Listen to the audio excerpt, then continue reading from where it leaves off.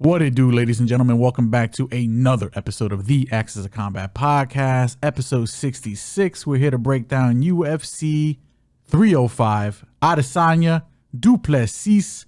As always, we're here to, break down some fights, preview the whole card, give you some predictions, some picks, maybe even some bets. As always, it's your boy Ray Boogie Kahuna, my co-host. Hugo the boss, Hugo got next. You already know. As well, we'll be covering some top rank today as well. We have a big card coming up this weekend. But before we get into any of that, you already know the deal. Like, comment, subscribe, follow Facebook, Twitter, Instagram, and TikTok. Everybody enjoying the visual portion of this podcast, please don't forget to like, comment, subscribe, and hit the notification bell to stay up to date. And for all of our audio listeners, Spotify, Apple, Google Podcast, you already know. First fight on the card at women's flyweight, we have Casey King O'Neill going one-on-one with Luana Santos. O'Neill, 9-2 overall, born in Scotland, repping Australia, 26 years old. Luana Santos, 8-1, fighting out of Brazil, hailing from Brazil, 24 years old. Not the most exciting way to kick off this card, in my opinion. Casey O'Neill, the queen that never was. Yeah. That's a Game of Thrones reference. Yep. This wasn't Casey O'Neill's original opponent. It was supposed to be Teresa Bleda, I think. Teresa Bleda. That fight fell out. I think that was probably an easier fight for Casey O'Neill, in my opinion. Steps in Luana Santos here, who just literally fought a month ago. Ran through Agapova, who just got cut. Oh. It is what it is, know what I'm saying? I'll start on the O'Neill side. Debuted, won 4 in a row. Lost the last 2. Jennifer Maia and Lipski. I know the Jennifer Maia fight was the first fight coming off the ACL that she tore. The excuse was there that, before the fight, she was ready for the fight. After the fight, I might have taken the fight too soon. Oh, one of those. Lipski leveled up. Thoroughly outboxed her, took her down, took her arm home. Casey, I think she's got the tools to win this fight. Correct. I think the key for her here is if she implements her wrestling. I've always said a good wrestler always outweighs a good jiu-jitsu, right? I agree. In the stand-up, I think Casey's got the edge. The problem with Casey is that she'll throw the volume, but she almost throws like she's underwater sometimes. Yes. I think her best performance was against Roxanne, where she kind of just beat her from pillar to post. That's because Roxanne was slower than her. But Roxanne was slower than her. And Roxanne, it's hard to look good against Roxanne. And she's just a tough person to get out in general. Luana Santos, I do give the power edge to. Evident in her last couple fights, especially her last fight. Her first fight was against Juliana Miller. I don't think that's whatever, but she did box her up in there. Her last fight, one shot at Agapova and then subbed her at it. She dismantled that woman. The stand-up, Casey. The wrestling, Casey. The jiu-jitsu, Luana. The power, Luana. The chin, Luana? I'm not sure about that. Maybe. Tougher fight. I am going to lean Casey to win. This is a dog or pass spot. This is dog or pass, but I don't know who the dog is. Casey. Is Casey the dog? Yeah. And I get it. I guess because she's coming off of two fights where she lost. But the thing is, you have to look at the strength of competition here, too. She's fought 2, one of them ranked. Jennifer Maia's not even in the UFC anymore, is she? No, but that's not because they cut her. That's because she wanted out. Correct. Yeah. So she's out of the UFC, and Lipski is a top 15 fighter. She is. Since she's leveled up. She might be top 10. That's how good she is. So she lost to those 2 people. It is what it is. But I don't know if Luana Santos is going to be the one that turned her back here. I do like Casey as well. And I like her at dog money. This is, I think, the definition of a pure dog or pass fight. As my brother articulated, I think that Casey has the tools to win this fight. I think this fight goes to the distance. Yeah. I think it goes to decision. The thing is, if it hits the floor, Luana could sub her. But I don't think Luana's wrestling's all that good. I just don't. I also think Casey's kind of live for a sub too, because Luana, when she goes for her judo throws and her head and arm takedowns, she doesn't give a fuck. She'll give her back up. Yeah, this is, like I said, the definition of a pure dog or pass fight. So I feel like if Casey comes in with a good game plan and kind of just shows people the Casey we've been waiting for. She could probably, I think she should win this fight. Yeah, as you said, the queen that never was. Yeah. You know, I mean, we always knew she was kind of fraudish, like, to be frank. A bit. You know, her striking, she just swings so slow. Yeah, we called it, though. We called it. We made money on the Maya fight and the Lipsky fight against her, but I'm not sure Luana's the one that's going to be able to set her back again. I really don't. I just don't think Luana is she's talented. She has the talent, but we haven't seen it yet at this level. Well, you can say that for both women, though. It's tough. Yeah, but I'm going to go with the girl who's had the stronger strength for schedule, and I think is the better striker. She just is. I think she has more weapons on the feet. She's going to be in Australia. You know, there's a lot of things going for her here, so give me Casey O'Neill at dog odds. Next fight on the card at men's featherweight, we have the returning Jack Jenkins going one-on-one with, I can't believe he is returning, Herbert Burns.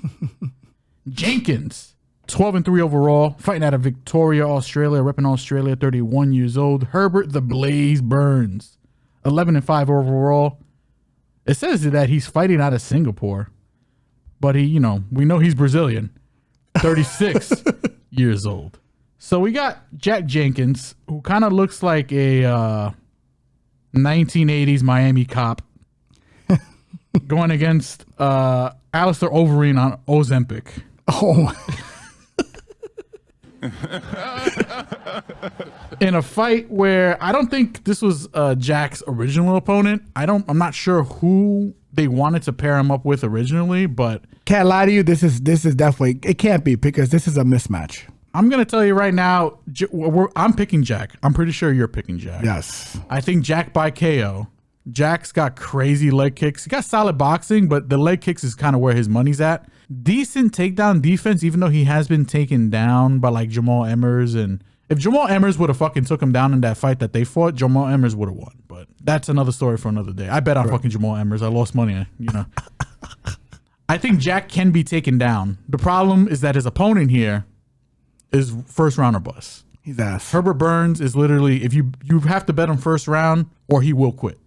That's because that's what he does. And I mean, it's sad because I think his jiu-jitsu is very fucking good. He's filthy. And when he's fresh and ready to go, he can hit hard. His stand-up is okay, but it's like 5 minutes. You can break him mentally. You can break him physically. He tires out. He looks for a way out when shit's not going his way. I can't bet on a fucking guy like that. I can't pick a guy like that. So I'm picking Jenkins. I'm going to say Jenkins KO, rounds 1 or 2. That's all really, it's open and shut for me for Herbert. If you like Herbert round 1, that's it. What about you? Yeah, this is Herbert Burns, not Gilbert Burns. No. Unfortunately. And I know they're brothers, and I don't like to throw up comparisons because I have my brother next to me, and there's comparisons all the time, but this is Alistair Overeem. What are you talking about? This is Overeem's brother on Ozempic. I have to be like constructive here because I know there's a lot of parallels drawn between them, but like one's clearly just not built to punch people. I'm sorry, it's just what it is, and this is that brother. Unfortunately, I feel bad because I like Gilbert. I think Gilbert's an elite fighter. I think Herbert's got elite jiu-jitsu, as you mentioned. This fight is borderline unbettable because Jack Jenkins is a minus 550. Herbert Burns, you have to bet him first round. You have to. He's not going to win the second or third round. Or if you want to be a little safe, under round and a half. But yeah, essentially first round. And how juicy is the first round going to be for Jack Jenkins? Is it going to be a number that's going to really appeal to me? It's going to be like minus 125. Which is crazy. No, it's crazy. Like, you have to hope it gets to the second. I want to see what the line looks like there, but I'm not sure it's going to be a sexy enough number to play. I wish I could bet like how to finish props because I would bet like, Jenkins by leg kick. That'd be kind of sick. I think hopefully like ESPN bet's coming over here to New York soon, so hopefully they give us those kind of options. I'll definitely play the shit out of that, but some finish props would be cool. Yeah, I don't want to give this fight any more life. It's Jack Jenkins by however the fuck he wants. And yeah, probably in rounds 1 or round 2. Next fight on the card at welterweight, we have Kenan Song, the assassin, going one-on-one with the gladiator Ricky Glenn. Song, 21-8. Fighting out of China, hailing from China, 34 years old. The Gladiator Glenn, 22-8-2. Fighting out of Milwaukee, Wisconsin, 35 years old. We got Ricky Glenn here, probably one of the only guys who fought in the World Series of fighting, still fighting in the UFC, moving up in weight to fight Kenan Song here, which I'm a fan of. When you get older, instead of moving down in weight, I mean, there's exceptions, but instead of moving down in weight, you move up in weight because it helps the chin out a bit, helps the power out a little bit. You don't have to weight cut as much. I think the only exception to that recently is probably Jose Aldo moving down, and he's just having, but Jose Aldo's like, Yeah, one of the best ever. One of the GOATs, you know what I'm saying? Does that help him here in this matchup against Kenan Song? I don't think so. I think Ricky is just a little too old, a little too battle worn, I guess, right? Or a lot of damage. He's just seen a lot of fights. A lot of tread on the tires. Yes. Song, I mean, ain't no spring chicken either. Song's been around the block a couple times, but this is his weight class. I mean, if you remember the Ian Gary fight, almost finished him in the first round. Ian's ass, bro. I brought up Ian specifically so you can literally mention that Ian's ass because I knew you were going to go there. MVP beat him, but give me Song here. I think this fight is going to be primarily on the feet for the most part. I think if Ricky Glenn tries to mix in some grappling, he's probably got the better jitsu, but Song ain't no schlep on the ground either. So it's like, give me Song here. Probably KO. Second round. I'm gonna call it. I'm gonna put my flag on it. I think be first. I mean, hey, I just think the move up is just a little too late for Ricky Glenn, whose chin is deteriorated. It's just evaporated over time. So yeah, I don't have much else to add there. I mean, we could move on from that. Like that, I'm in complete agreement. Essentially, he's too old. He shouldn't be fighting anymore. To be frank, at this point, I don't like to tell people or say when people should stop fighting, but yeah, I ain't trying to, get in a wave of nobody's bread. I'm saying, yeah, but it's alarming. And he shouldn't be fighting. And I think Kenan is not very good, but he's good enough to beat this guy. So give me Kenan. Next fight on the card at men's flyweight, we have a debuting Stewart Nicoll. I don't know why I said it like that. I think it's just Nicoll. Stewart Nicoll going one-on-one with Jesus Aguilar. Nicoll, perfect. 8-0. Fighting out of Australia, hailing from Australia, 29 years old. Jesus Aguilar, 10-2 overall, fighting out of Baja California, Mexico, repping Mexico, 28 years old. I think this fight's going to be a banger. Like, a lot of flyweight fights are bangers. I'll start on the Aguilar side. His last fight was against Mateusz Mendonca, and I bet Aguilar in that fight. That fight was in Mexico City. I don't think that has anything to do with anything. That fight was pretty close. I did think Mendonca won that fight, but they gave it to Aguilar. So, your boy cashed.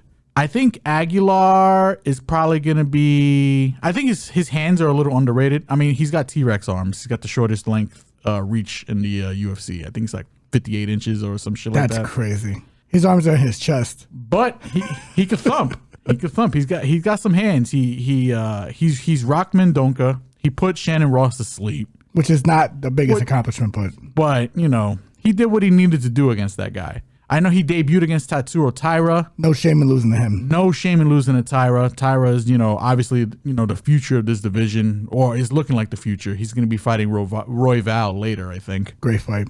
But Aguilar, I mean, in his most recent fight, it's probably his most telling fight. He's a scrambler. Power get-ups, decent hands, loves to jump gilly, will go, he's not afraid of going for subs. Kind of what got him in trouble against Taira. He's going one-on-one with this debuting Nicoll guy. Supposed to be on the Contender Series, and I think Aguilar's original opponent fell out, so they were like, you know what?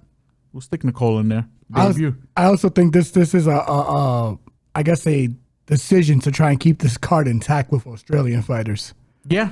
Because this card's been falling apart, and it's not a big card for a pay-per-view card, which is surprising. I think the early prelims are kind of mid. Yeah. They're kind of okay. Yeah. Like, it's definitely the main card is a heavy. main card heavy card, for sure. Stewart, he's Australian, but his game plan is very Dagestani. Yeah. His hands are okay. He's got power in his hands. But he doesn't want to stand up.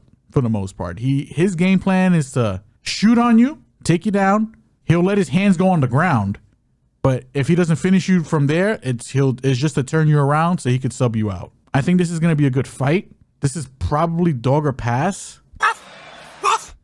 I think it's going to be close because I know Aguilar didn't win his last fight, but I still think Aguilar is decent. The arm length thing is a bit of a detriment to him, but I think this fight is dog or pass. I think Nicoll should win this fight because, again, wrestling always over jiu-jitsu in my opinion when things are pretty close.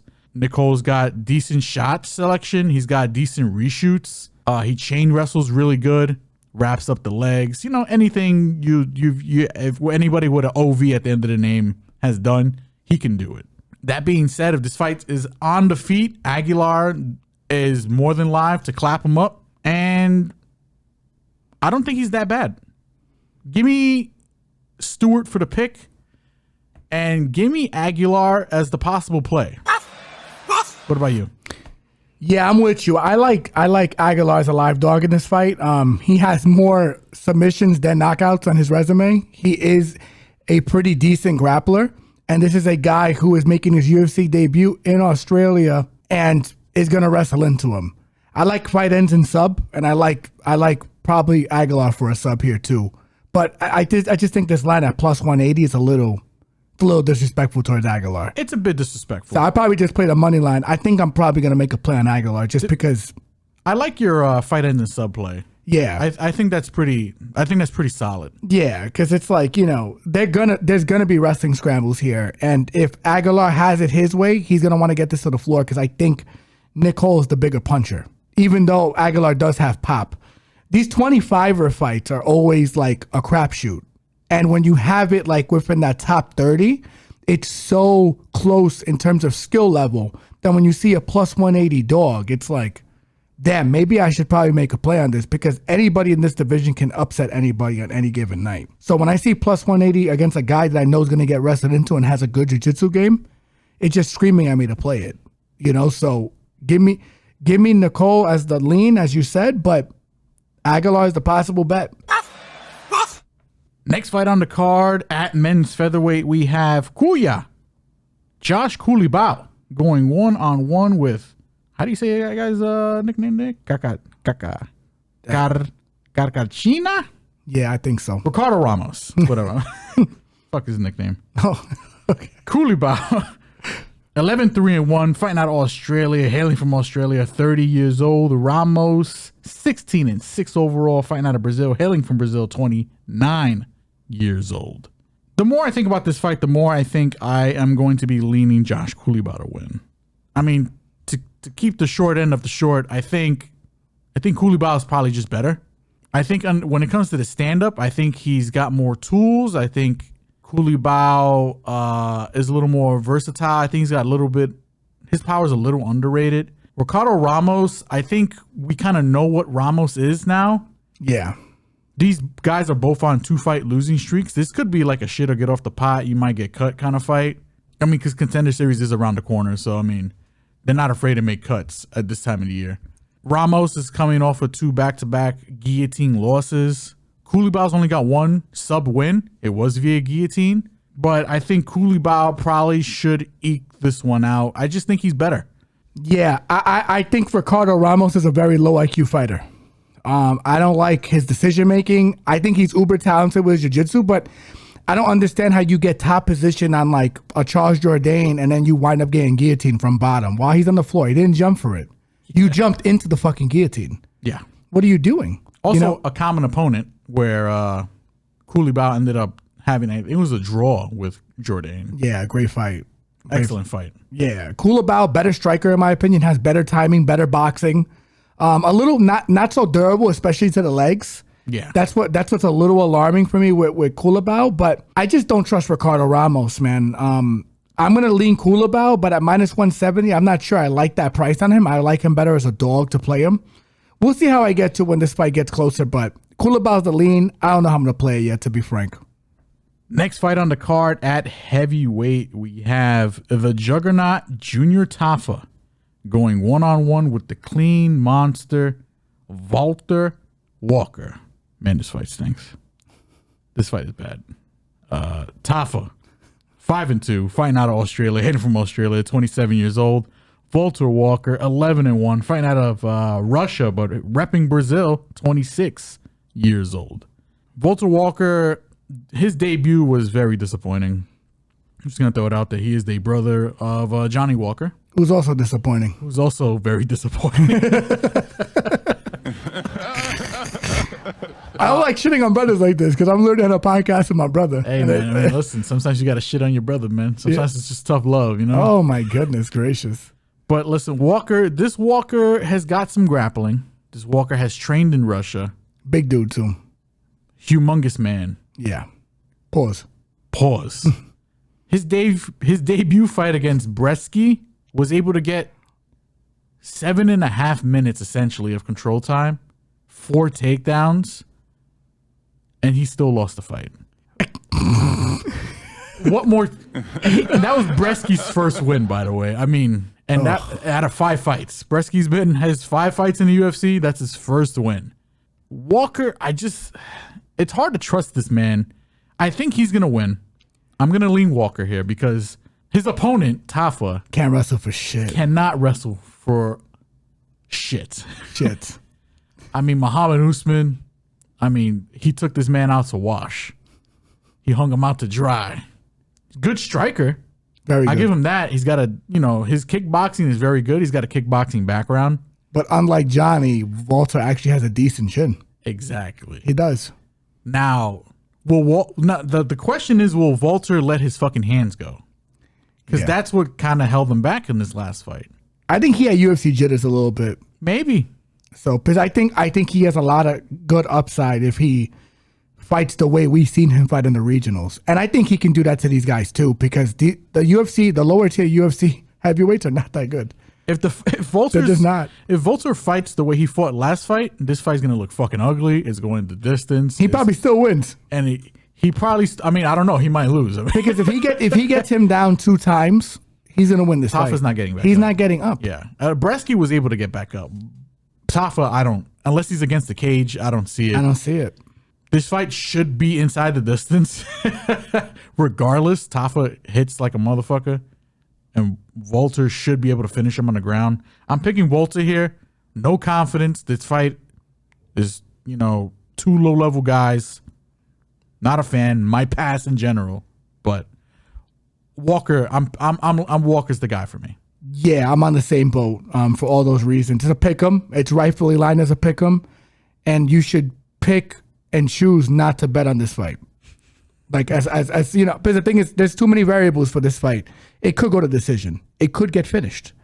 It could end by knockout. It could end by submission. It could be a stand-up fight. It could be a fight that hits the floor. Too much variance. There's too much variance, and there's 2 guys that you can't really trust to make great decisions. No, I trust Tafa's decision making more than Valter's, unless Valter shows me something different. But in terms of like betting on this fight, stupid. I'm not gonna let you get the chance. Yeah, this is a tough one to bet on, just from a general standpoint. But give me Valter just because of the wrestling upside. Next fight on the card at men's lightweight, we have the big train Ayo, Tom Nolan. Horrible fighter. 1-on-1 with the executioner, Alex Reyes. Horrible fighter. I knew he was going to hit that button again. Thank you for lighting it up for me. Nolan, 7-1. Fighting out of Australia, hailing from Australia, 24 years old. Alex Reyes is 13-4, fighting out of Victorville, isn't it? Victoryville. What the fuck? He's from California. He's 37 years old. Listen, on paper, I seen this immediately, and I was like, Tom Nolan. Because I feel like in my brain, Alex, the brother of Dom Reyes, another brother. Oh, man, these brothers are getting worked on this card by us, bro. He's probably a fade. He's 37 years old, and I'll let my brother describe his fighting habits. Because he is like Jeepers Creepers. Yeah. He every 23rd year for 23 days, Alex Reyes comes out to feast. and this is one of those situations. Cause I think the last fight was like a year and a half ago. Almost 2 years ago. Actually, hold on. I mean, that might be cap. Actually, he got melted bad in that fight too. To be frank, I think it was a year ago. It was warranted, but. And I'm sorry to tease Alex. To be frank, he missed a lot of time because he had a very bad back injury. Yes. Where he couldn't even walk. He was almost paralyzed. Yeah. So kudos to him for making the recovery and coming back into the octagon and doing his thing. With that said, Nolan should be the favorite in this fight just because of that factor on Alex Reyes' health and his age. I mean, it's 24 to 37. So I didn't know, what's the math on that? Yeah. There's more than 10 years gap. 13. Woo. So statistically, the fighter who's that much of an advantage in the age, 10 plus years, is at a higher probability to win. But if you want the real, keep it real, brother, because I can't wait. Thomas Nolan at minus 1050. In what fucking world? Listen, no. Just minus the odds, because I decided to watch tape on Tom Nolan. I was like, I forgot who this guy is.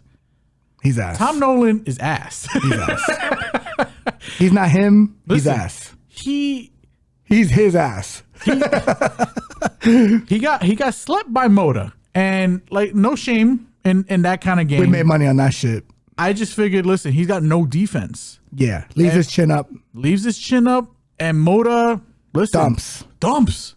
He's terrible, and he's terrible too, by the way. Yeah, we don't think Moda's that good. I don't think Moda's terrible. I just think Moda's not an elite fighter. He's not just he's not a well-rounded fighter, No. He's a little one-dimensional. We seen the knockout prop on that shit, and it was like +3 something. And I'm like, dude, I'm gonna play that shit. Yeah, because Tom Nolan has he has no defense. He's terrible. He doesn't belong in the UFC. I'm just gonna put it that way. I mean, listen, he's still young, and I'll give him the benefit of a doubt, but I mean, fucking low confidence on this guy, because then his next opponent, they're like, okay, we need to give Nolan a bit of a softball here, even a softer softball than Moda was, which is crazy. So who they line him up with? The guy who Jordan Levitt knocked out, the Monkey King, got a knockout on his last opponent. I think his name was Victor Martinez. Right? Yeah, it was. Victor Martinez put Tom Nolan in some danger. Hit him I think it was like an uppercut or something like that, right to the chin, put him right on his ass. I'm like, oh, brother. Yeah. And no offense to Victor Martinez, he's got hands, but I mean, not UFC caliber, man. Built like a cab driver. Yeah. I'm just being completely honest. Not UFC caliber. Nolan still managed to finish that fight, but he did. And thank God he did. But he was in danger. He was in danger in that fight. Nolan at minus 1,000. Gross. Yeah. He should win this fight. I'm going to pick him to win this fight. System plan Alex Reyes. He's a plus 675 right now. I'm telling you right now. Essentially, plus 700 on Reyes, who is the better fighter. He's a cleaner striker. In my opinion. He's a cleaner striker. I'm going to say he probably has the better jiu-jitsu because he has a gym, if I'm correct, for that he runs for jiu-jitsu. So plus 675. Look what this card is forcing me to do. They're forcing me to pick Alex Reyes here. Yeah. As a dog pick. Tom Nolan. It's insane. Tom Nolan should be a minus 1050 against his grandmother. Maybe not even. No. His grandmother might rinse him. Have a mean left hook. You know what I'm saying? She might rinse him. She might hit him with the cane and Mama put him said out. Knock you out. You know what I'm saying? Like, Grandmama said knock you out. Grandmama said knock you out. Grandma. Listen. Fight doesn't go. This fight should not even see or sniff a round 3, in my opinion. But Nolan is the pick. Reyes is 100% probably going to be the bet. System play, baby. He does everything. He does everything better, in my opinion. Yeah. His defense is better. His jiu-jitsu is better. He has some okay pop in his hands, and he's a cleaner striker. He is. So it's like this is a plus 675. Come on, bro. I don't like this. Is like sometimes I be feeling like Vegas knows what the fuck they're doing. Then I look at some lines and I'm like, damn, Vegas, you don't know what the fuck you're doing. Like that's when we come in. That's when we come in, and we do a cash. little dirt. You know what I'm saying? Yeah, we might hit, but we're not gonna put a lot on this. No, because you don't bet on a guy like Alex Reyes. No disrespect to the guy. Yeah, you sprinkle a little bit, and if it hits, it hits. You hit big. You up 1 or 2 units just on a simple quarter unit play. That's a little dog shot. Nah, man. Long shot. This is crazy. This is get out of my face with this shit. Next fight on the card at men's lightweight, we have gamer Mateusz Gamrot going one-on-one with the hooker. Actually, no, the hangman. Dan Hooker. You're a fucking asshole. That is hilarious. Gamrot, 24-2. Fighting out of Poland, hailing from Poland, 33 years old. Hooker, 23-12. Fighting out of New Zealand, hailing from New Zealand, 34 years old. This is another fight where I think on paper I seen it and I was like, Gamrot, right? Yes. I still think Gamrot is the side here. Probably by decision. And it's probably going to be by decision. But I don't think Dan Hooker is that bad of a play in terms of a bet. I don't think it's a mismatch. I don't think it is, because Hooker is actually kind of decent overall. He's got, I mean, when it comes to the stand-up, he's filthy. Gamrot's he's gonna find out. Gamrot's gonna throw in his wrestling shoes immediately. He has to. He has to. He can't stand up with Dan. And Dan's fucking durable too. So Dan has got decent takedown defense. I mean, I don't think he's gonna be able to stop the onslaught, which is Gamrot. The spamming. Because Gamrot, again, funky grappler too. He's one of those guys that grabs ankles. Chain wrestles. Very well. I mean, went to war with Sarukian. Hooker, I think is a bit live. And at the current odds, I think he's probably close to +2. He's plus 210. I think that's probably worth a shot, only because Dan Hooker is, how do I say? I'm looking for the right words here. He's not the highest IQ guy. He's not the highest IQ guy, but at the same time, he does come in with a game plan. Yeah. He knows how to use his length. He's a big guy for this division. I mean, all the damage is probably going to be coming from the Hooker side, in my opinion. Which is why this fight is interesting for a lot of reasons, because the first criteria for MMA judging is damage. Yes. And Dan is a good right hand away from saving a round that he's losing. Yeah. And a lot of Dan's recent losses were kind of centered around the knockout. I don't think he's got to worry about any kind of striking from Gamrot, in my opinion here. He's got to worry about the sub. If I'm him, I'm just drilling jiu-jitsu. And if you've seen the Stylebender camp, they brought in Damian Maya and a whole bunch of people. So I'm assuming he's working on that shit, unless he's not at that gym anymore. I'm not informed anymore about it. But I think Dan is, I agree with you with Dan being live. I think he's a bit live. I don't know if I'm going to get there from a betting perspective. Correct. I mean, it's hard to bet against Gamrot. Yes. He should win this fight. But I'm kind of I'm feeling Dan here. I think the closer the fight gets, I would like to see the weigh-ins, the face-offs, even like just where Dan is mentally. Yeah. It might push me to a Dan bet, low-key, but I don't know. Yeah, Gamrot's definitely a lean. Even if Gamrot does figure out a way how to throw hands in this camp, which I doubt, or he lands an overhand right, an overhand right, because of the threat of the takedown, Dan's got a next level chin. This guy broke his forearm and his cheekbone against Jalen Turner and still managed to edge him out in the decision, which is fucking insane. This guy's next level durable, so I feel like this is a very interesting fight, a lot more interesting than the odds are making it. But I'm going to go with Gamrot, the rightful favorite, because he is the rightful favorite, and I think he's probably going to get done by decision. Next fight on the card at men's welterweight, we have the returning Leech, Jingliang, going one-on-one with the Nightmare, Carlos Prates. The Leech, 11-8 overall, fighting out of China, hailing from China, 36 years old. Prates, 19-6 overall, fighting out of Brazil, hailing from Brazil, 31 years old. Banger of a fight. Happy to see the Leech back in action after 2 years off. He is coming off of potential scare. Don't know if he's got surgery on it or not, but he was training for Chiesa after his last fight against D-Rod. That didn't go his way, which should have went his way in my opinion. But thought he won the fight too. While training for Chiesa, he was, drilling BJJ, all that shit, because that's all Chiesa's good at. More Chiesa slander here, always.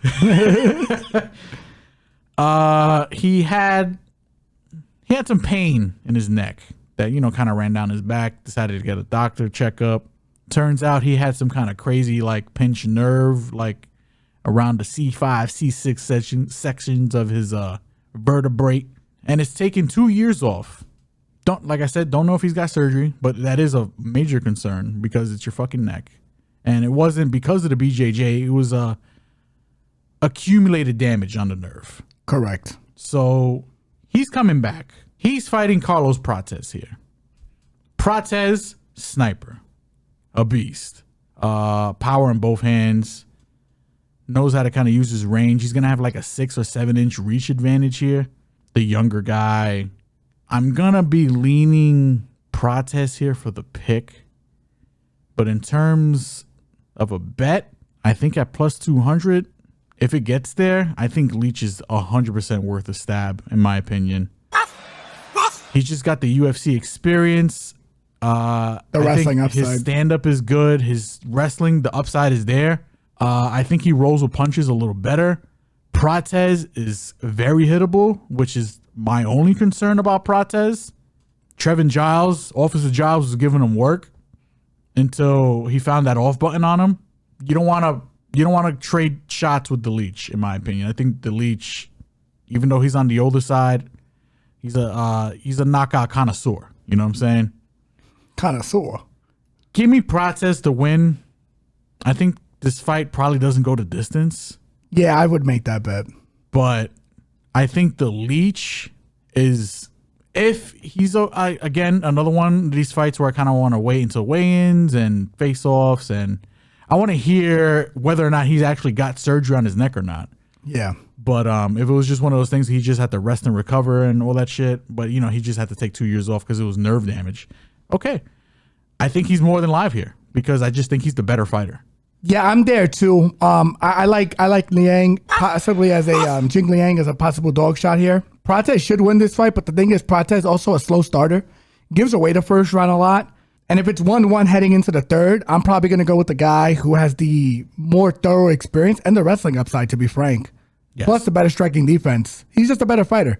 Do I think Prates should be able to get him out of there maybe from the second round? Maybe.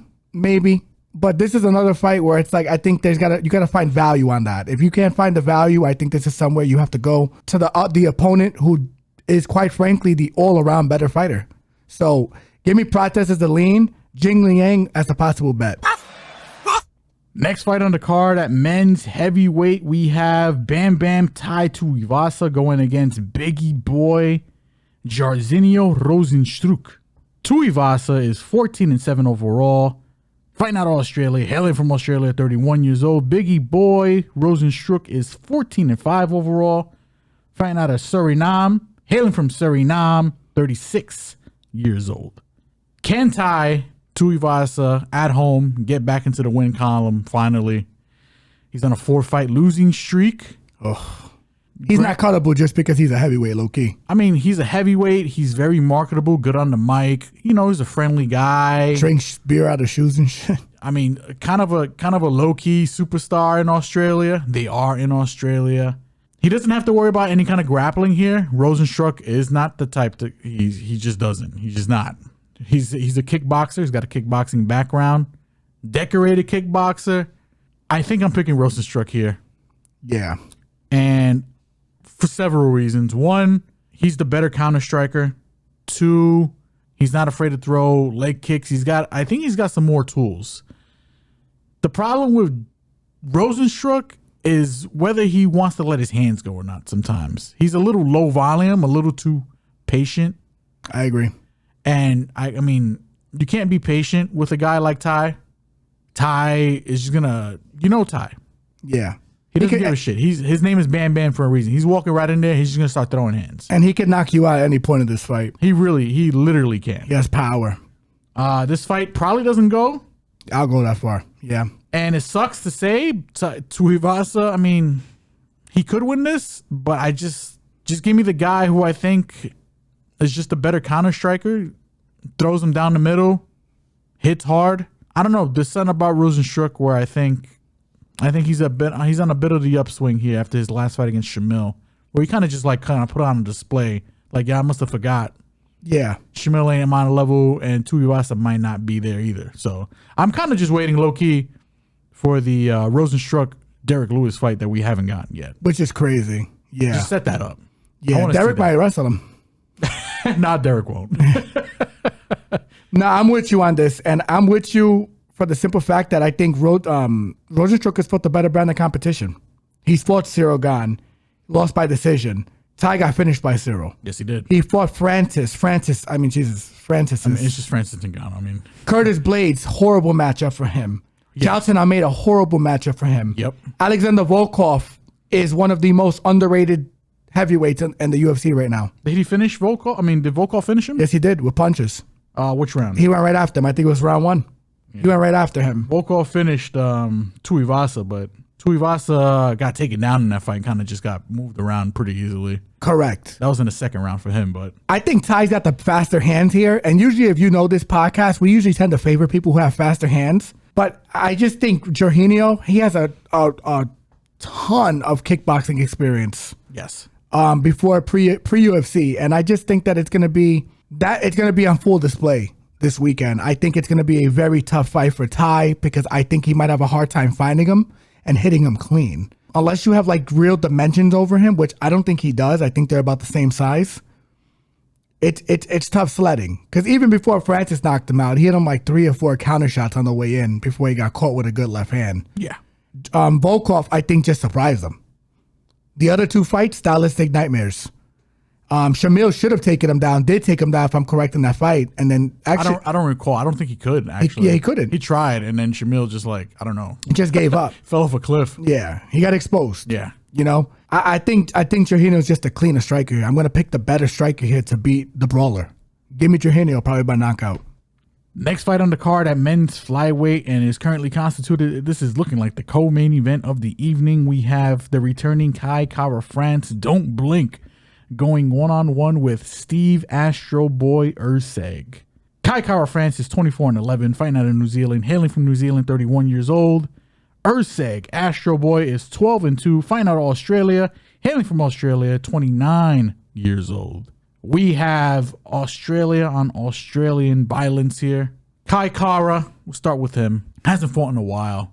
I think he had to pull out of his last fight or the fight before that because of a concussion. Yeah. What was his last fight? Manel Kape. His last fight was... No, it was scheduled to be in Manel Kape. Correct. His last actual fight was... I don't recall. Was it Brandon Moreno? No. No. I don't think so. It was Amir Albazi.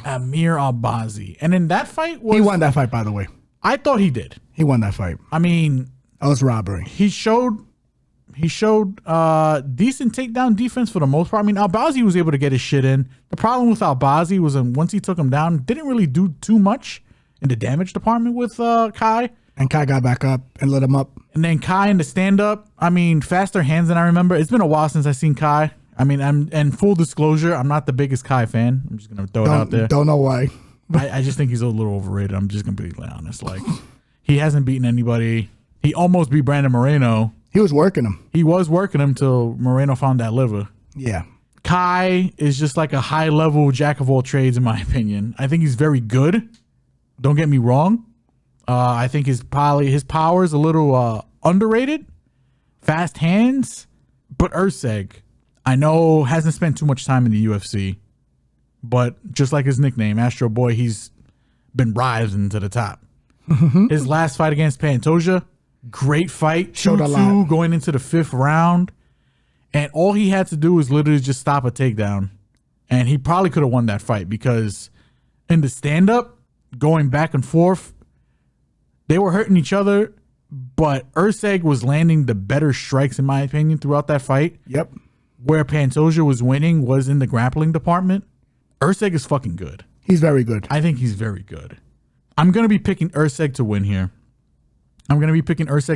For a couple reasons. One, he's got the height and the reach. He's going to be the bigger guy. One thing about Kai Kara is, like, I know he's good. A little small for the division, in my opinion. Unfortunately, yeah.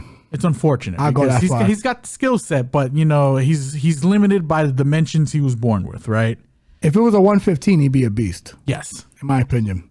Erceg, hell of a chin.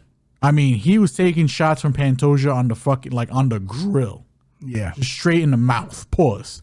He's eating them. He's more durable than his brother Aaron Rodgers. I know that shit. He looks like Aaron Rodgers on Ozempic. I'm going back to the Ozempic. I know people like to use the Steve Carell shit. I think he looks a little like Steve. I think for me, he looks a little more like Aaron Rodgers. Look up clean-shaved Aaron Rodgers. Put it next to Erceg. He looks like Rodgers had They're sex. brothers. He looks like Rodgers had sex with Carell. 100%. Yeah, mate. Yeah. 100%. Boom. Get Steve Erceg. And he was born in Australia. That's why he's got the accent, you know? But Erceg, like I said, got a hell of a chin. I think his striking is a little underrated. I think where Erceg wins this fight is in the wrestling and grappling. Yeah. Because his jiu-jitsu is very good. Underrated. And like again, that Pantoja fight told me a lot about Erceg. Like he's prime. He's the prime. goods. He is the fucking goods. He's and the goods. I think that's where he can expose Kai Kara a bit, I think. Even on the feet too, though. Just physically, he's just imposing, you know what I'm saying? On the feet, it's kind of be a little 50-50 in my opinion. Only because I think Kai Kara probably throws better combinations. Yeah, but I think Erceg has the better boxing. I think Erceg has the better he probably has the better boxing. But I don't know. That's tough to say. Boxing and distance management. They both got power too, but I'm going to lean on Erceg's chin over Kai Kara's chin. And the bigger guy. And again, I'm just going to keep going back to it. It's just the anamorphic advantages. He's just a bigger dude, you know? Yeah. So give me Erceg here to win. Give me Erceg here to win by decision.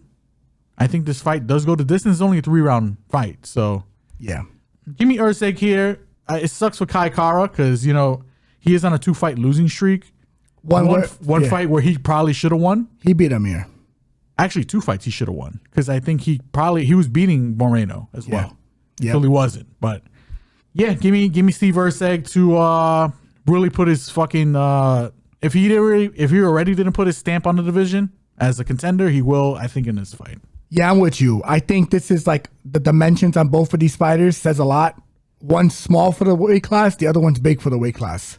I think Erceg has the better boxing, and I, unlike my brother, thinks that Kai Kara-France is not an overrated fighter. I think Kai is a very good fighter. I just think what gives me a little pause for him is the size and the inactivity against a guy who's coming off of a loss from a championship that he knows in his head he probably should have won. And if they ran it back, he'd probably win. He'd probably beat Pantoja. He's probably the only one in the division that could beat Pantoja. I don't want to say he's the only one, but like he's one of the top candidates. Yeah. With that said, Kai Kara-France, I think this is one of the worst stylistic matchups for him in the top 5.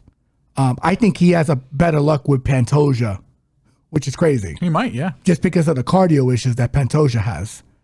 But I think Pantoja might kind of drown him in the grappling. I think he would too. Yeah. But I think Kai has fought guys who are competent wrestlers and competent grapplers that he was able to deal with. I think he's very good at game planning. I just think this is going to be a little too much too soon for Kai. I think if he was fighting Manel Kape, I think I'd give him a better shot. But this is a guy in Steve Erceg who I think is going to have a belt at some point, especially if Pantoja retires or even if he gets Pantoja again. There's a good chance he can win that fight. Give me Steve Erceg. Don't know how. Just give me Steve Erceg to win this fight. Next fight on the card at middleweight for the middleweight championship of the world, the main event 5-rounder. We have the champion Dricus Du Plessis or Du Plessis. How do you say his name? You don't want to hear me say his name. Dickless the Pussy. Oh. As according to Stylebender. Speaking of Stylebender, going one-on-one. The cringe bender. With the last cringe bender. The Stylebender. Israel Adesanya. Du Plessis is 21-2. Fighting out of South Africa. 30 years old. Adesanya. 24-3. Fighting out of Australia. 35 years old. Just cut straight to the chase. I think Adesanya is probably going to win this fight. Now, am I willing to bet that? I don't know. I do think Adesanya is going to win this fight, but in terms of a bet, I'm probably going to be leaning or looking to bet Du Plessis. One, he's the fucking champion, and he's earned it. I mean, he's dispatched of everybody in his way. I mean, even in the Strickland fight, he didn't look that good in the stand-up, but is able to take Strickland down. And Strickland, really good takedown defense. was able to take him down several fucking times in that fight. And in different ways, blast double against the cage, grabs the single. He kind of showed his array of skills there in terms of the grappling. And he was patient, which is surprising. Du Plessis has taken down everybody in his career except for Brad Tavares. Brad Tavares, he just beat the shit out of. Yeah, Brad's a stud, though, with the wrestling. Du Plessis, the wrestling is going to be key here because I do think he's going to be able to take down Adesanya. If he watched Vittori's fight, if he watched Rob's last fight against Adesanya, those two different styles, both effective ways to get Adesanya down. Physicality is another key here. I think Du Plessis is probably going to be one of the more physical guys that Adesanya has fought. Yeah.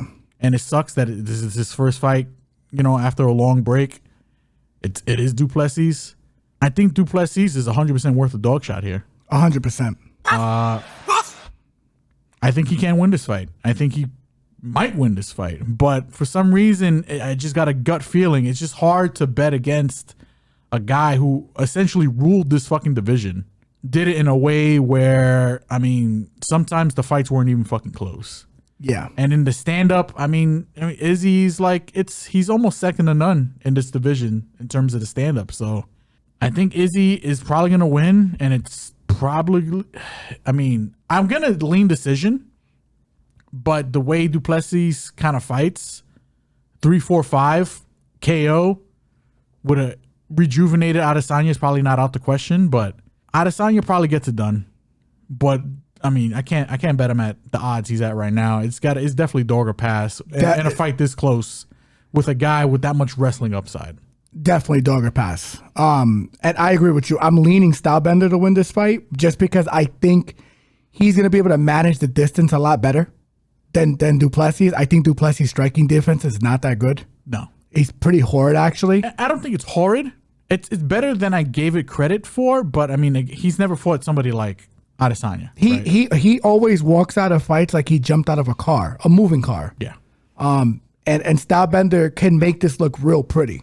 As well too, Du Plessis, if he gets Stylebender down against the cage, I think Stylebender's gonna be able to get back up. The question is, can he take him down in space? His wrestling's not bad. It's not terrible. I don't think he beat Strickland. I don't think he was able to control Strickland, but Stylebender doesn't have the grappling prowess that Strickland has. Strickland is able to hit switches and get back to his feet. Yeah. Underrated. Very underrated. He don't use it. Strickland's just an underrated fighter. He's just a good fighter, man. Shit talk aside, he's a good fighter. Stylebender, this is one of the first times and probably the only time I'm ever going to say this. I think the time off is going to benefit him here. 100%. Benefit him here. I think he needed the time off. I think he's literally only lost to Strickland on a burnout. Poatan, who's not a better striker than him. No. It's just the power. Yes. The power caught up to him. And then he lost a weight class up to John Blachowicz, who just laid on him for 3 rounds, to be frank. Now, I throw this to you, is Du Plessis the hardest hitting fighter he's fought since Poatan? Like, if you had to rank Adesanya's opponents in terms of I think John Blachowicz hits harder than him. Who could thump? I think John Blachowicz hits harder than him. Yeah, and Blachowicz, Blachowicz is just slower. Yeah. So he's slower than, he's not as explosive as Du Plessis. Yeah. I just think that if Stylebender fights the way he fight, whoever is able to implement their game plan, and it's pretty a linear fight in my opinion. I don't think Du Plessis is going to beat him on the feet. I know, and the thing is, I know there's some people that are making the argument online that he's low-key a decent striker. He does have some weapons, don't get me wrong. I just think if Stylebender is locked in for this fight, he's going to find those openings and connect because he is not defensively responsible. I'm just being honest. But if you're asking me from a play, it has to be Du Plessis because the wrestling upside is so high against a guy who hasn't fought in a while. This is probably going to be one of the larger opponents that Stylebender has fought. I think in terms of physicality. Physicality could give him issues because not even just in the wrestling, but just like cage pushing. You push him right against the cage, hold him up. Correct. And Kamaru Usman his ass. And I'm saying the Kamaru Usman classic. Correct. And if I could trust Stylebender to force the takedowns out of him by basically walking him down, I'd be more inclined to play Stylebender. But the problem is Stylebender's probably going to fight off his back foot. Like he always does. And the thing is, circle the octagon, and now that he's not the champion, is he going to get that championship rub? Because even though it shouldn't be judged like this, sometimes it shouldn't be judged like that. Depending But on they're the like, judges, did you take it from the champion? Which I fucking disagree with. I think it's a 5-round fight, and whoever wins 3 of those 5 should win the fight. That's how it should be. It doesn't matter if you're the champion or not. But will he get that championship rub in a country where the judging is actually pretty good? You know, they didn't score for Volkanovski, even though you could argue 4 rounds for Islam. 3-2 is how I gave it for Islam. And they didn't do Kambosos any favors with the scorecards. Those scorecards were wide in boxing. The country judges pretty well. That's all I'm going to say. But with that said, I just feel like this is definitely the definition of a dog or pass spot. One guy, inactive, which I think the inactivity helped him. Definitely the better striker, but low volume as well, which is also alarming. So not only is he going to fight off his back foot and not force the shots out of him, he's going to be low volume, probably not finish him, which this is the bigger problem with Stylebender. Yeah. If I could trust him to finish him, I'd play him. I think this is a more this is the problem. It's a more finishable opponent because of the style that The striking defense. Dricus brings. Like, he's gonna walk forward on him. Correct. He's gonna be, if Adesanya's on his back foot, he's gonna be chasing him down. Correct. So Yeah. it's there for him to get a finish. So Yeah. I don't hate, like, I don't think he gets it done early because I think Adesanya kind of takes his time in there, especially being off. Just get a feel for the octagon again. But 3, 4, and 5, I don't think is a bad sprinkle for a KO. No, not at all. And here's the thing too. I just think that I know people are gonna bring up that Strickland fight. I think if they rematch, I think he beats him. I think he beats Strickland. I think so too. But if besides Strickland's defense, I think when you come off from a high that he had from knocking out Poatan and getting that revenge from those 3 fights that he lost previously, I think it's so hard to get up for the next fight. That's why I'm very optimistic in terms of how he's, the time off benefiting him for this fight. With that said, I think this is a pure dog or pass spot. Du Plessis is the dog right now. I'm going to lean Stylebender, but I feel like you have to play Du Plessis here just because of the wrestling upside and the physicality. Vettori is not the is I probably just as physical as Du Plessis. But the thing is, Du Plessis will sell out for the takedown. And not only that, I think he just hits way harder than I think the power, like, yes, Du Plessis got underrated power. I also think he has better inside trips and lateral tosses than Vettori. Vettori will shoot for a double, maybe work to a single, and just stay right there. This guy, Du Plessis, he can hit you with a lateral drop. He'll give up his body to get you to the floor. And he's just a little better on the ground as well because Du Plessis will take a back. Yes. He will throw hooks in. His scrambling ability is probably the most underrated factor in this fight. Yes. And I think people, like when he scrambled with Rob, I think a lot of it, don't get me wrong, I think a lot of it was size, but I also think a lot of it, when he hit those positions, was his ability to control Rob on the floor. And I think Rob was very surprised. That footage is something Stylebender should be utilizing. Like I said, they brought in Damian Maia for the camp, so who knows what the game plan is going to be. Stylebender's the lean, but Du Plessis has got to be the play here. It's got to be a dog or pass spot in my opinion. So, and that does it for the UFC 305 portion of the podcast. But we're going to go slip right into Top Rank. They have some fights this weekend, and without further ado, I'm going to throw it over to the boxing expert on this podcast. In my opinion, I'm good at boxing, but my brother is better. So take it away, bro. Well, we've got the Top Rank card this weekend, and we've got Abdullah Mason fighting Agustin Quintana. I don't want to jump too much into this fight because I believe Quintana did drop out recently. Abdullah has a new opponent, a gentleman who's 12-2. I cannot remember his name, but Abdullah is one of the premier boxing fighters that's being promoted in the sport. He is a very good fighter, very big puncher. I would suspect it's going to be a knockout, but I want to give a little bit more respect to his opponent before I give you a bet, a lean, or anything of that nature. I'll jump in real quick. The opponent is Mike Ohan Jr., and he is, I'm not sure where he's from. He is from Massachusetts. He is 19-2. 19-2. And that's all I know about him, because this is just like you said, this is kind of news that the opponent switch was literally probably today, to be honest, because yesterday I seen this and it was Quintana. Today it's Ohan. So yeah. So we won't speak on it, but Abdullah is a hammer. He's legit. He's the goods. Moving on to the next fight, we have Arslanbek Makhmudov. I don't want to butcher his name. He's a big. I think you got that pretty. You nailed it. He's a big, scary dude. So versus Guido Vignello. The line hasn't dropped for this fight. I'm suspecting that Makhmudov is going to be the favorite just because of the size and the power. I'm here to say that if Guido is a big enough dog, Makhmudov kind of got exposed in his last contest. Second to last. He only has like 2 to 3 rounds of like pure boxing technique. Sometimes for most of his fights, that's all he's needed because he pretty much gets him the fuck out of there. But Guido, good chin, good boxing technique, good feet, throws his punches down the middle, and knows how to fight big. I don't think he's going to be completely undersized in this fight, but I think he's going to have the speed advantage as well. I think Makhmudov is still a little raw in his boxing skill. He's a bit raw, yeah. He's 35, Guido's 30. At heavyweight, it's not too vast in terms of prime and when you hit your prime and stuff like that. But I do think Guido does have legit boxing skill and it legit can give him some issues. His last fight was against Agabagbe, and he called for that fight. You could make a strong argument he won that fight. It was a split decision loss. It was. Good fight. Great fight. If you haven't seen it, watch it. It's a great fight. And a lot of people weren't calling out. I think his name is Agape, right? Agape? I don't want to butcher his name too. Ajagbe. F.A. Ajagbe. Yes. Very good fighter.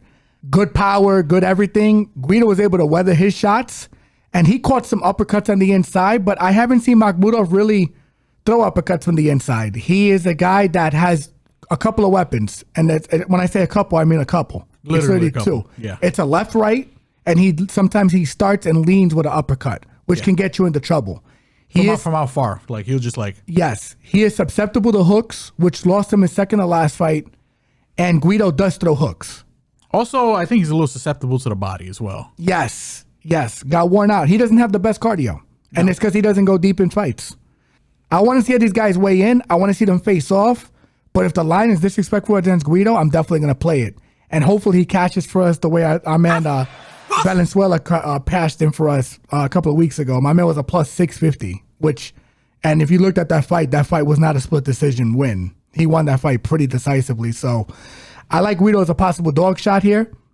We'll see how the line drops. We don't know who's going to be the dog in this fight. But this fight might be pure dog or pass just because Makhmudov, in Makhmudov's case on the other side, his power is so absurd that if he catches you, he's probably going to sleep you. He might sleep you. Yeah. So give me Guido, who I'm suspecting is going to be the dog here, as the live dog play.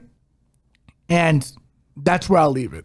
Well, I don't got that much to add there. I mean, listen, Makhmudov, again, big dude, humongous. Footwork is a little trash. Yeah. That being said, if he connects, he will sleep you. But my boy Guido here, let me tell you something. He's going to come through here.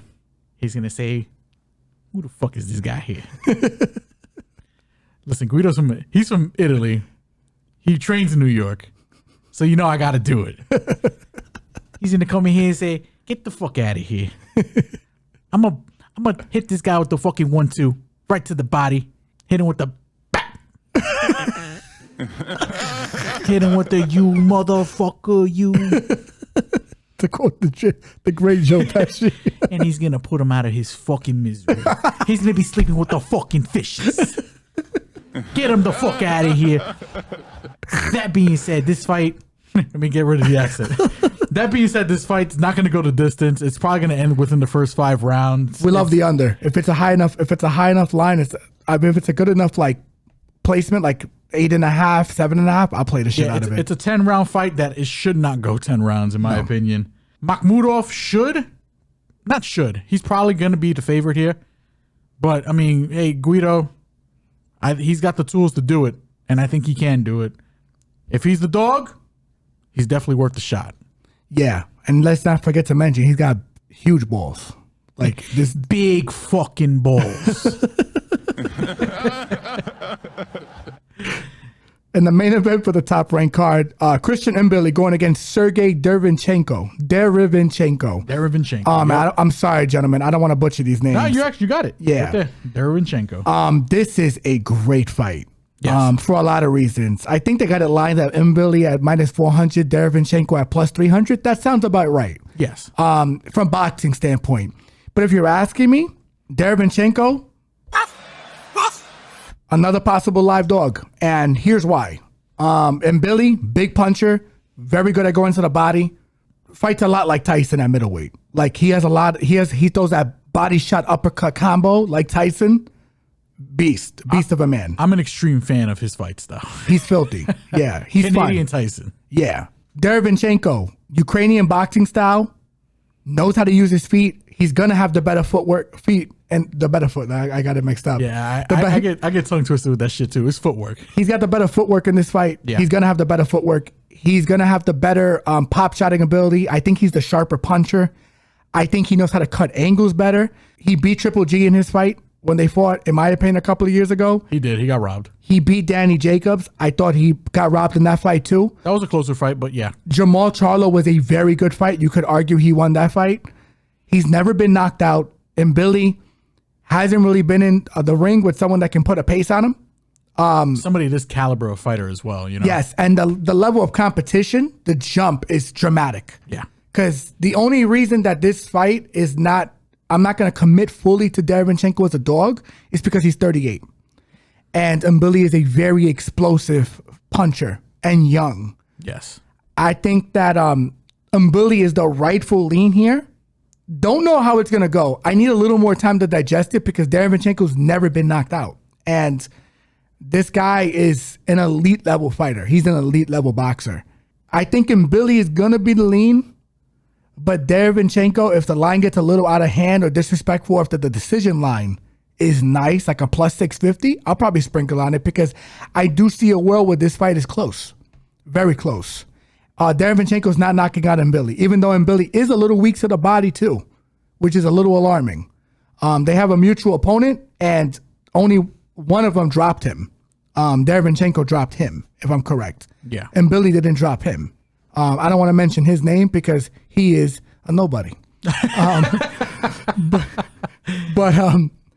Derevyanchenko is, God, I want to pick him so bad because I think he's so good. I think he's the dog, I think the only way he probably wins this is probably by decision. You play him by decision. More than likely. I think sprinkling on the decision. Derevyanchenko by decision is probably the way you want to play him. Correct. I mean, can he get the stoppage here? I think Mbilli's probably one not glaring weakness is I don't think he's been exposed enough is that I don't think he really likes the body shots as much. And Derevyanchenko can work the body. Yeah, he really can. He's not a big puncher. He's a sharp puncher. This is an interesting stylistic fight, and it's a fight that I'm kind of happy Mbilli's getting like this test. I think he needs this test because he's walking through everybody else. He really is for the most part. Ever since that guy that he didn't stop. And there's a good chance Mbilli. I mean, this fight more than likely, in my opinion, is probably going to go the distance either way. Yes, but Mbilli, I think he's got the finishing upside, right? I am going to lean like the early rounds to mid rounds because if he doesn't get him out from there, I think Derevyanchenko, with the combination of the footwork and his savvy, his veteran savvy, and the experience, I think he can take him the distance. Yeah, I think he can take him the distance, and I don't think Mbilli will get a late KO. Yeah, you know, just based on, especially if Derevyanchenko doesn't gas himself out. Correct. Like he did in the Munguia fight, where he let Munguia take over, and and Munguia still couldn't get him out of there. He still couldn't get him out of there. So because he's so defensively responsible, like in a lot of his fights. Yeah. Early he kind of gets hit. Triple G dropped him in the first round. Yeah, but he outboxed Triple G for the rest of the fight. Yes, he did. Like let's just call it. It was blatant robbery, and I think that Triple G and Munguia have kind of like that Mbilli style. And those guys couldn't finish him. And Mbilli's still the unproven product. He is. Triple G, a little older when he fought him, but Triple G is one of the most vicious punches ever at middleweight. It's Marvin Hagler and then it's him. Yeah. And you could argue one or the other above the other. You know, I thought he beat Canelo twice too. So if you're telling me that guy couldn't finish Derevyanchenko and he hurt him once in the fight and that was it, Mbilli might hurt him early. Yeah. But the thing is too, and to Mbilli's credit, he does have some late stoppages, but I just think that Derevyanchenko is just defensively responsible. I really do. I think he's gonna have a hard time finding him. Derevyanchenko is very good with circling and angling to the non-power and the power side to smother the shot. He does it against everybody, and that's why they have a hard time lining him up for punches. Yeah. Mbilli, I think, is gonna have the same problem because he hasn't fought anyone not even remotely close to this. So I'm gonna lean Mbilli. Gun to the head right now, I'm going to say decision, but I might change my pick later to say knockout. Yeah, I think it's all going to depend on what kind of props drop and, you know. What kind of shapes Derevyanchenko comes in for this fight. Yeah. If he looks lean, like he looks like homeboy that fought Benavidez on the scale where he looked like he got on a whole diet plan and did this and that, it's definitely going to decision. I'll bet the house on it. But if I want to see where Derevyanchenko's head is at. What's his motivation? I want to see the weigh-ins. I want to see these guys look at each other, and then we're gonna make some bets. But Mbilli is definitely the lean and the pick. Yeah, Derevyanchenko might be the possible dog shot. There you go, ladies and gentlemen. We gave you some UFC. We gave you some top rank. We broke those motherfuckers down from top to bottom. You know, a little bit of preview, a little bit of breakdown, a little bit of predictions and picks and shit. But you know what? We're done. We're done. This podcast has gone long enough. My brother, take us home. You already know the deal. Like, comment, subscribe, follow Facebook, Twitter, Instagram, and TikTok. Everybody enjoying these visuals right now. Please don't forget to like, comment, subscribe. Hit that notification bell to stay up to date. And for all of our audio listeners, Spotify, Apple, Google Podcast, you already know. Love you guys. Holla at you guys. Episode 66 in the books. Take it easy. See you next week.